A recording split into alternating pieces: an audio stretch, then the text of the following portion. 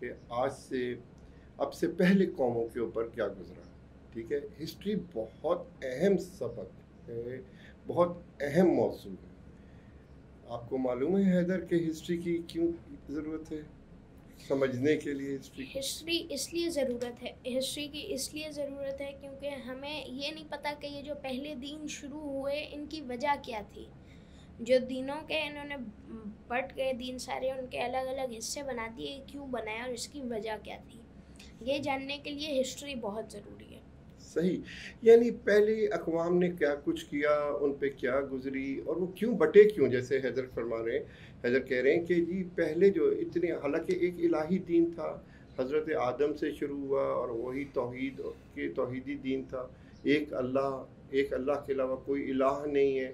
لیکن پھر بعد میں یہ آہستہ آہستہ کیوں اتنے بٹ گئے, اتنے فرقے, اتنے دین, اتنے مذہب, اور خاص کر حیدر یہ جو بت پرستی ہے, آپ کو پتہ ہے الہی دین سے جو شروع ہوا وہ, اور بت پرستی دوستوں آپ کو معلوم ہے انتہائی پست عقیدہ ہے. یعنی عقیدے میں بھی آپ تصور کریں انسان اپنے ہاتھوں سے کسی چیز کو بنائے اور اس کے سامنے سجدہ ریز ہو جائے, اس کے سامنے سجدہ ریز ہو جائے, اس کو سجدہ کرے, اس کے سامنے جھک جائے, اپنے ہاتھوں سے بنائی ہوئی چیز کو. بت پرستی جیسے پست عقیدہ کی جو ہے نا بنیاد کیسے پڑی, یہ ایک بہت اہم ہے. اور انشاءاللہ ہم کوشش کریں گے کہ اس سیشن میں اور یہ آئندہ آنے والے سیشن پہ اس پہ بھی بہت زور دیں کہ آہستہ آہستہ جو توحیدی دین تھا, الہی دین تھا, جو حضرت آدم سے شروع ہوا اور پھر حضرت آدم کی اولاد پھیلتی گئی, تو یہ بت پرستی کہاں سے شروع ہو گئی. یہ اہم ہے نا سوال؟ جی یہ بہت اہم سوال ہے.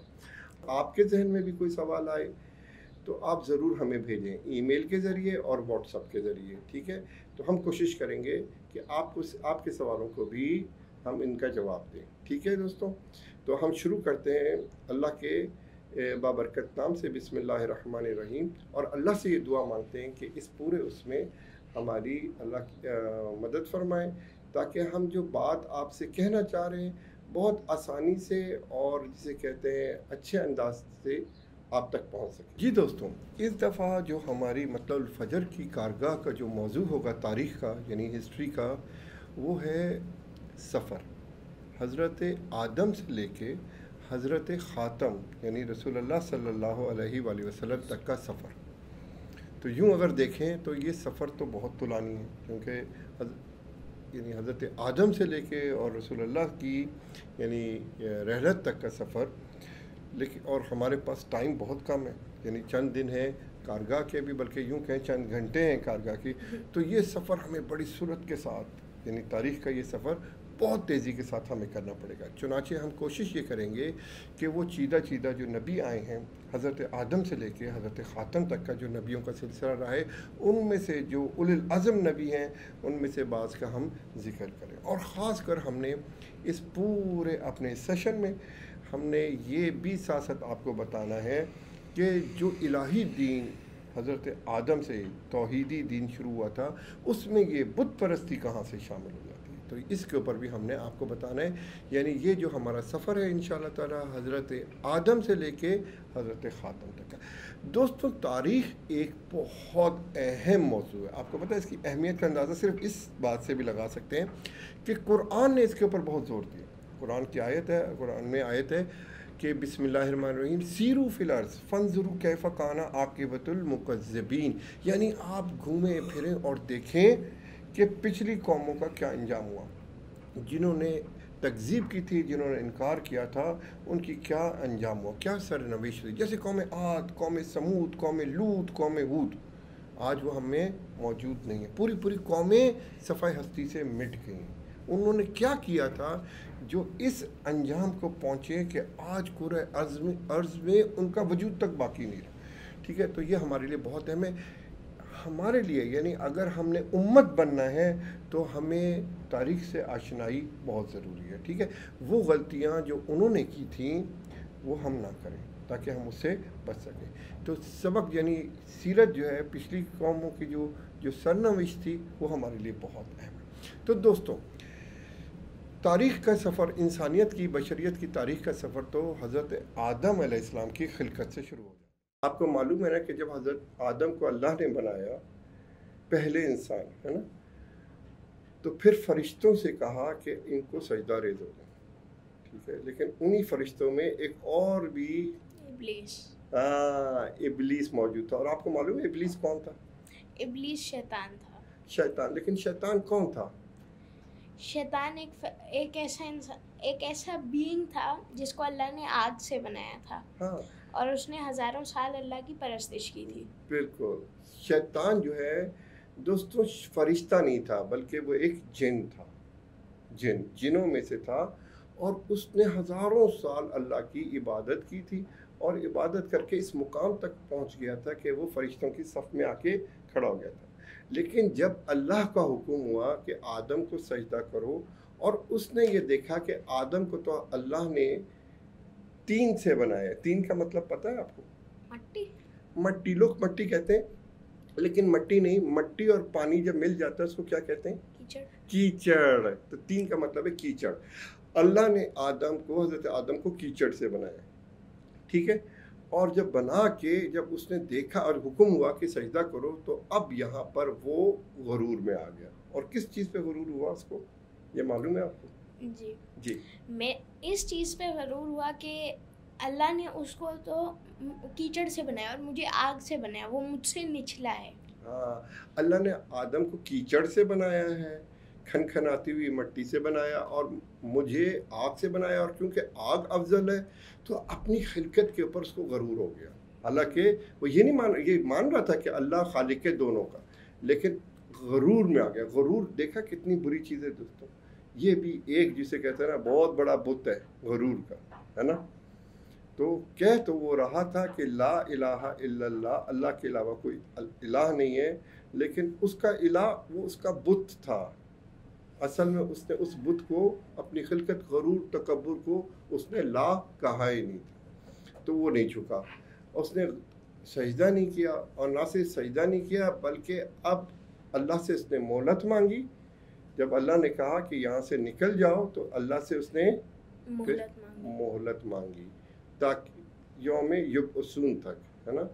اور پھر جو ہے اس نے قسم کھائی کہ میں اس انسان سے اور اس کی اولاد سے سب سے بدلہ لوں گا. کیسے بدلہ لوں گا آپ کو معلوم؟ جی، ان کو بہکا کے انہیں برے کام کی طرف لے کے جا کے اور اللہ کی پرستش سے دور کر کے. ہاں، اس نے قسم کھائی کہ میں صراط مستقیم پہ کھڑا ہو جاؤں گا، صراط مستقیم پہ، اور میں حملہ کروں گا. کس طرح؟ آگے سے، پیچھے سے، دائیں سے، بائیں سے، ہر طرف سے حملہ آور ہوں گا اور اس کو صراط مستقیم سے دور کر دوں گا. صراط مستقیم پہ چل کے ہم اللہ تک پہنچ سکتے ہیں نا. تو اس نے کیا انتظام کیا کہ وہ کھڑا بھی کدھر ہوگا؟ صراط مستقیم پہ. آگے سے حملہ کرے گا، پیچھے سے. اس کا مطلب معلوم ہے آپ کو؟ نہیں، اس کا مطلب مجھے نہیں معلوم. چلے ہم بتاتے ہیں. آگے سے حملہ اس طرح کرتا ہے کہ صراط مستقیم میں نا رکاوٹیں کھڑی کر دیتا ہے. کہیں آپ نے جانا ہو، آپ نے دیکھا ہو رستہ بلاک ہوا ہو تو کتنی مشکل ہو جاتی ہے. اگر رستہ بلاک ہو، ٹریفک جیم ہو، تو ویسے ہی جو کم ہمت ہوتے ہیں نا تو وہ تو ویسے ہی دائیں بائیں گلیاں ڈھونڈنا شروع ہو جاتے ہیں اور رستے ڈھونڈنا شروع ہو جاتے ہیں. تو سب سے پہلے تو وہ آگے سے جو ہے نا رستے کو بند کر دے گا. یہ اس کی چالاکی ہے. یعنی یصدون عن سبیل اللہ، اللہ کے رستے کو وہ بند کر دے گا. یہ اس کی چالاکی. اور کس طرح بند کرے گا؟ کہ جیسے کہ مشکلیں کھڑی کر دے گا.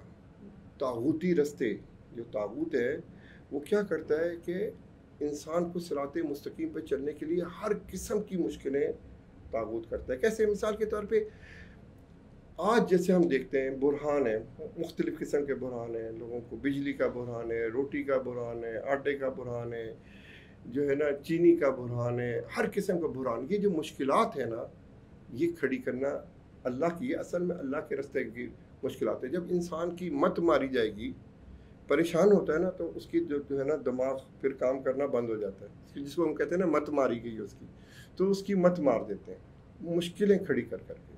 اس کو نور سے نکال کے ظلمات بھی، یعنی اس کو آسانیوں سے نکال کے مشکلوں میں ڈال دینا، یہ اللہ کے رستے کو بند کرنے والی بات ہے. جب انسان سکون میں ہوتا ہے پھر وہ سوچتا ہے، پھر اس کو بات سمجھ آتی ہے. لیکن سارا دن وہ اس میں لگا رہے کہ مجھے مشکلوں میں لگا رہے، مشکلات میں پھنسا رہے، تو وہ پھر اس کے لیے اللہ کا رستہ بند ہو جاتا ہے نا.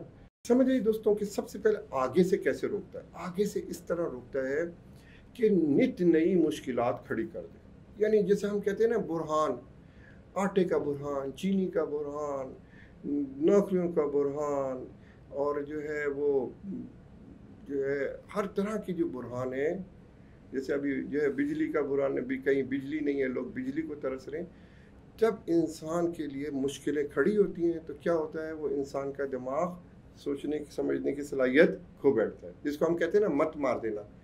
تو وہ یہی کرتے ہیں کہ ظلمات سے نور سے نکال کے ظلمات میں لے آنے کا مطلب بھی یہی ہے کہ انسانوں کے لیے اتنی مشکلیں کھڑی کر دو کہ ان کی سوچنے سمجھنے کی صلاحیت ختم ہو جائے. مثال کے طور پہ اگر ابھی ہم اس کمرے میں اندھیرا کر دیں تو آپ کو سمجھ آئے گی کہ میں نے کیا کرنا ہے. بالکل گھپ اندھیرا ہو، اب آپ کو کچھ بھی نظر نہ آ رہا ہو، آپ کو آپ کا ہاتھ بھی نظر نہ آ رہا ہو، تو پھر کیا ہوگا، آپ کے لیے سمجھ نہیں آئے گی میں کس طرف قدم بڑھاؤں. اسی کو ظلمات کہتے ہیں کہ انسان کو سمجھنا ہے، اس کی مت ماری جائے. تو آگے سے رستہ اس طرح بلاک کرتا ہے کہ انسانوں کی جو ہے نا وہ مت ماری جائے اور اس کو اللہ کا رستہ نظر ہی نہ آئے کہ وہ قدم کس طرح بڑھائے. اور پیچھے سے، اور یہ طاغوت کام کرتا ہے. یہ طاغوتی نظام کا مطلب یہی ہے کہ انسانوں کے لیے اتنی مشکلیں. کہتے بھی ہیں کہ بھئی یہ بجلی کا برہان کیوں ہے، آٹے کا برہان، اتنا جو ہے ہمارے ہاں گندم ہوتی ہے لیکن آٹے کا برہان، اتنا گنا ہوتا ہے لیکن چینی کا برہان کیوں. انسانوں کے لیے جب مشکلیں کھڑی ہوں گی تو وہ پھر اللہ کے رستے سے دور ہو جائیں گے. یہ آگے سے روکنا ہے. یصدون عن سبیل اللہ، اللہ کے رستے کو روک دینا، یہ شیطانی کام ہے. اچھا پیچھے سے کیسے روکتا ہے شیطان؟ پتہ تو ہونا شیطان دشمن ہمارا کر کیا رہا ہے. دیکھیں دشمن شناسی بہت اہم ٹاپک ہے. جو حضرت آدم کو اللہ نے کس کے لیے اس دنیا کے لیے خلق کیا تھا اور کہا تھا کہ حضرت آدم کو دنیا میں اپنا خلیفہ بنا کے بھیج رہا ہوں. لیکن ابھی دنیا میں بھیجا نہیں، بلکہ ان کو کہاں رکھا، ان کو پیدا جنت والی جنت نہیں جس کے مرنے کے بعد ہم نے جانا ہے، بلکہ جنت ایک باغیچے کو بھی کہتے ہیں. ایک بہت زبردست جگہ جہاں پہ ہر فیسلٹی ہو. مثال پہ کھانا پینا اور ہر قسم کے پھل اور نہریں اور چشمے اور بہت سمجھ لیں آپ، جیسے آپ بہت ہی کوئی خوبصورت جگہ آپ تصور کر سکتے ہیں ایسی جگہ پہ رکھا جہاں نہ گرمی ان کو لگتی تھی نہ سردی لگتی تھی، ہر طرح کی جو ہے نا ان کو آسائش تھی. بہت زبردست جگہ پہ رکھا. لیکن بنایا اس جگہ کے لیے نہیں تھا، بلکہ بنایا دنیا کے لیے تھا. اور کہا بھی تھا کہ میں اپنا خلیفہ بنا کے دنیا میں بھیج رہا ہوں حضرت آدم کو، فرشتوں کو، سب کو. جس پہ وہ جیلس بھی ہو گیا تھا، شیطان جیلس ہو گیا تھا نا، غرور میں آ گیا تھا. تو وہاں کیوں رکھا؟ اس کی وجہ بھی یہی تھی کہ وہاں اس لیے رکھا تھا ان کو کیونکہ ایک بہت بڑا سبق ان کو دینا تھا. آپ کو معلوم ہے کہ کون سا سبق ان کو دینا تھا حضرت آدم کو؟ دنیا میں بھیجنا تھا، لیکن ایک خاص جگہ پہ پہلے رکھا. میرے خیال سے اس لیے رکھا تھا کہ وہ انہیں ٹیسٹ کر سکیں کہ وہ اللہ کو مانتے ہیں یا نہیں مانتے ہیں، یا ان کے اوپر کیا کہتے ہیں اچھے سے ان کا ایمان ہے، پکا ایمان ہے یا نہیں ہے. اسی لیے اللہ نے انہیں ایک جگہ ایک درخت کو چھونے سے منع کر دیا تھا. اچھا، بہت اچھی بات ہے. دیکھیں آپ لوگوں نے بھی اس طرح سوچنا اور غور کر رہے ہیں. پتہ ہے امام جعفر صادق علیہ السلام سے کسی نے پوچھا کہ جنت میں سب سے زیادہ لوگ کون ہوں گے اور جہنم میں سب سے زیادہ لوگ کون ہوں گے؟ بڑا اہم سوال ہے نا، ہمارے ذہن میں بھی ہوتا ہے کہ جنت میں کون ہوں گے اور جہنم میں کون ہوں گے. تو امام نے فرمایا وہ لوگ جو کہ غور کرتے ہیں، تدبر کرتے ہیں، تفکر کرتے ہیں، جو اولی الالباب ہیں، جو لب تک پہنچے ہیں، جو ہے نا بات کے پیچھے جو بات رکھی ہوتی ہے اس کو جب تک نہیں جو سمجھتے ہیں وہ جنت میں ہوں گے. اور جہنم میں وہ لوگ جو کہ سوچتے نہیں ہیں، سمجھتے نہیں ہیں، سب سے زیادہ لوگ وہ جہنم میں ہوں گے. اس لیے اپنے دماغ کو ہم نے استعمال کرنا ہے. بہت اچھا، آپ نے ہر بات پہ غور کرنا ہے، فکر کرنی ہے. فتتبروا فتفکروا، ٹھیک ہے. وہاں پہ جو ایک ماحول تھا جس کو ہم جنت کہتے ہیں، بہت زبردست ماحول اس لیے رکھا تھا کہ حضرت آدم کو ایک بہت بڑا سبق دینا تھا. اور پہلا جو سبق اللہ نے دیا وہ تھا دشمن شناسی کا سبق، کہ دشمن کون ہوتا ہے. ابھی جس دنیا میں آنا ہے انہوں نے، جس میں ہم ابھی رہ رہے ہیں، آپ کو پتہ ہے وہ دشمنوں سے بھری ہوئی ہے. ایسے ہی ہے نا، خطرات سے بھری ہوئی ہے. ہر طرح کا یہاں پہ خطرہ موجود ہے. کیا آپ ہر قسم کا پھل کھا سکتے ہیں؟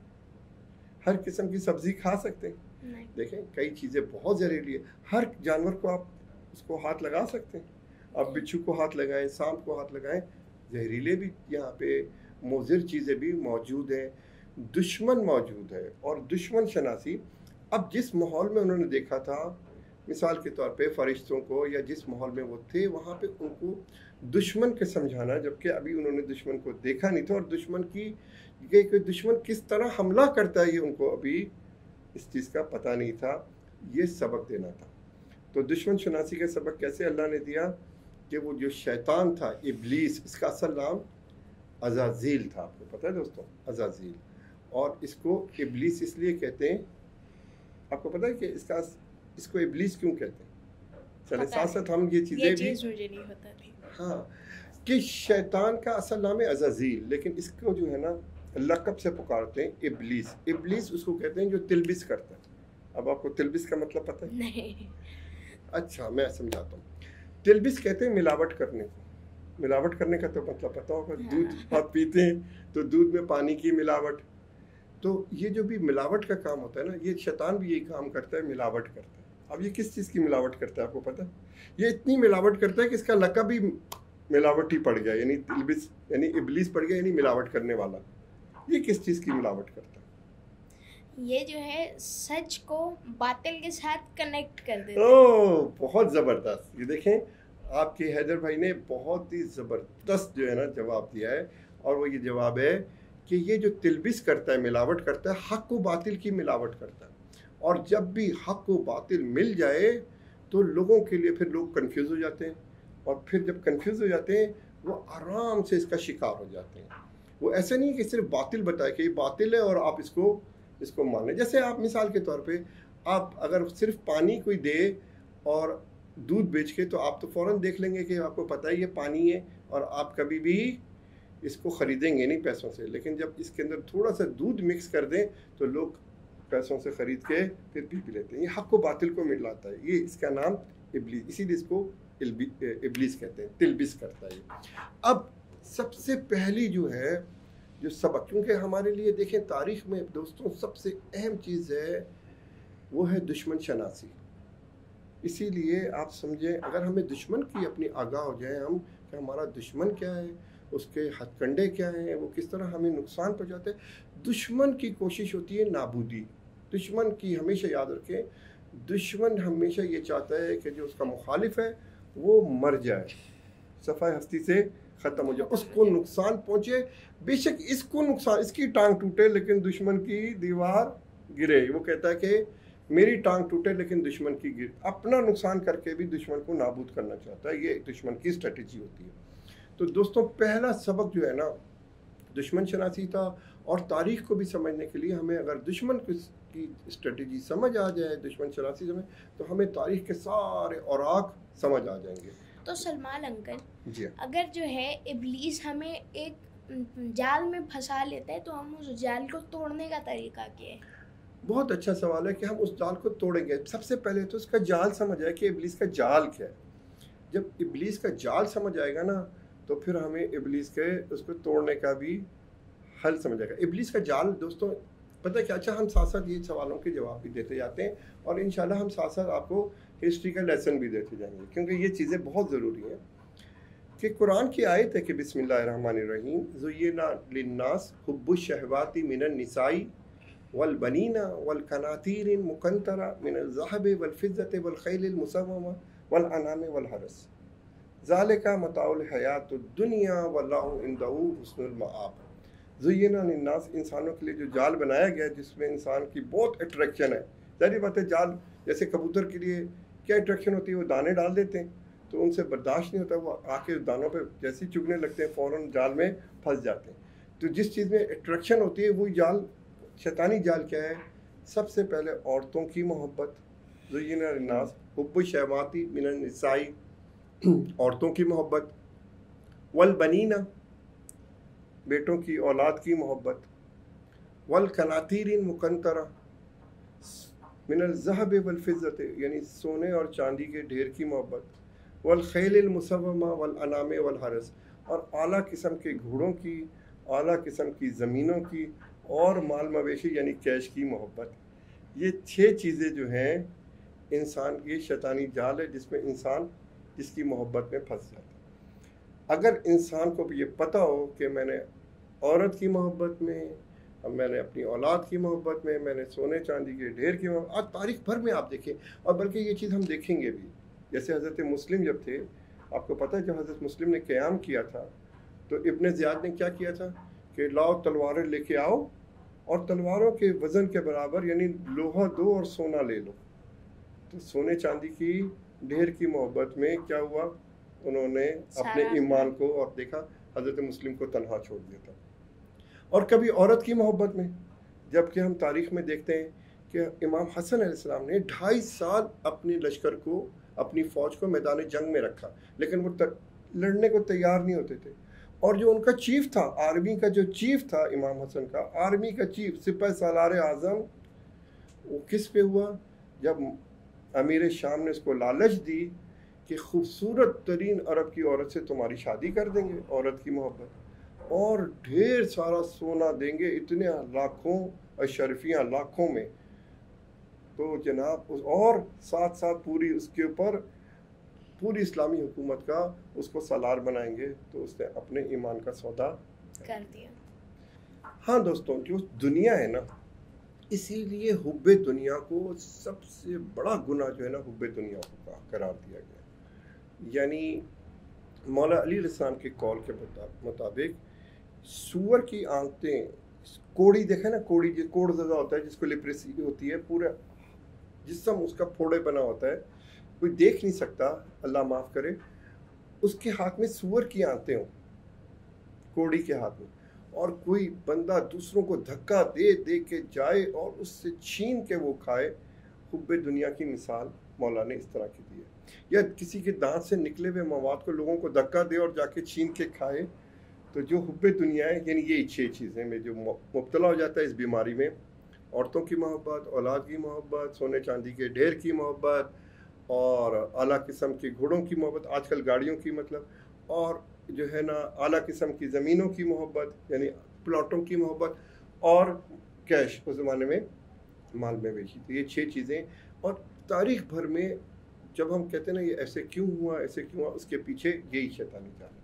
تو دوستوں ہاں، یہ بہت امپورٹنٹ ہے کہ ہمیں شیطان کا جال بھی سمجھ آئے اور شیطان کا طریقہ بھی سمجھ آئے. یہ شیطان جس کا لقب ابلیس ہے، جس کا نام عزازیل ہے، اس نے، آپ کو پتہ ہے حضرت آدم کو کیسے اس نے حملہ کیا؟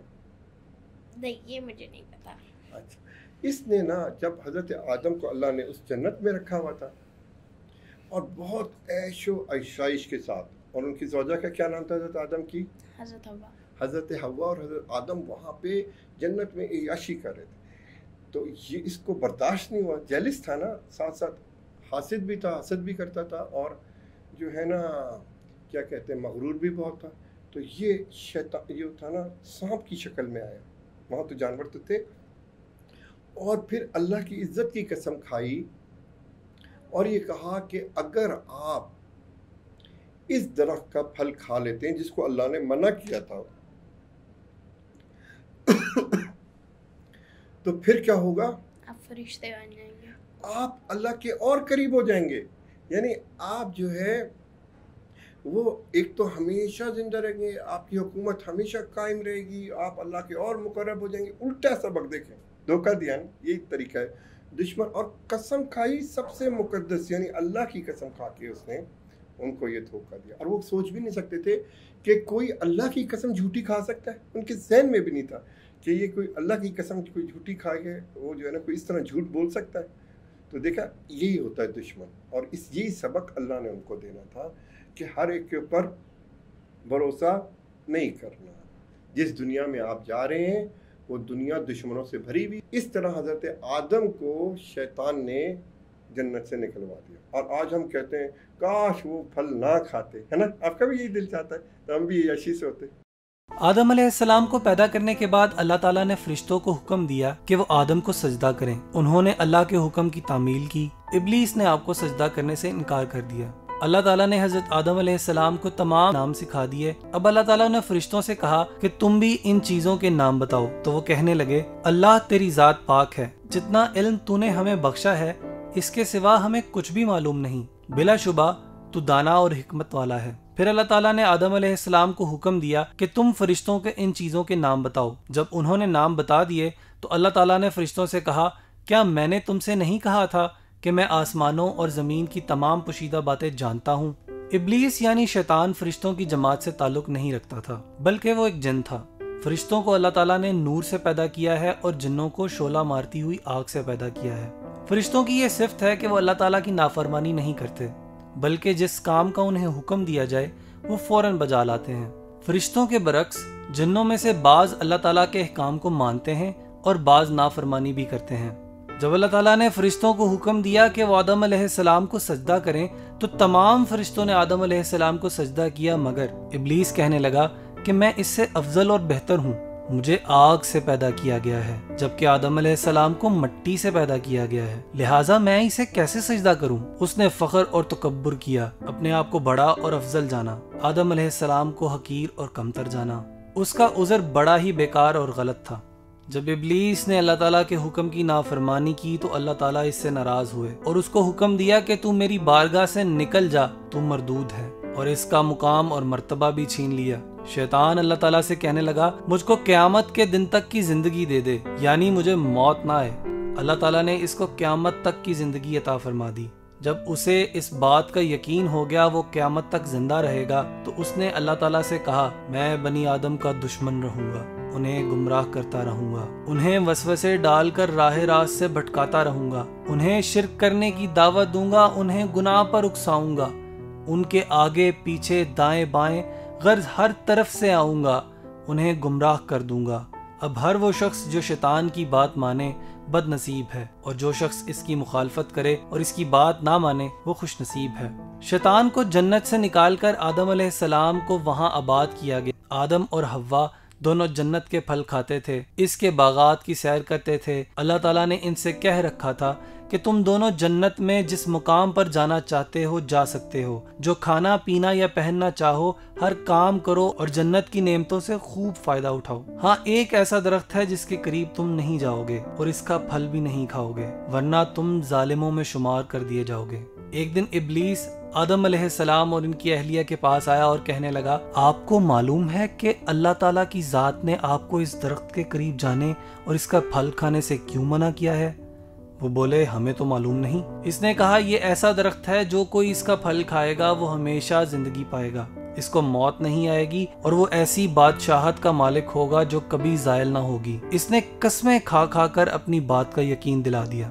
آدم اور حوا نے ابلیس کی بات مان لی اور اس درخت کا پھل کھا لیا۔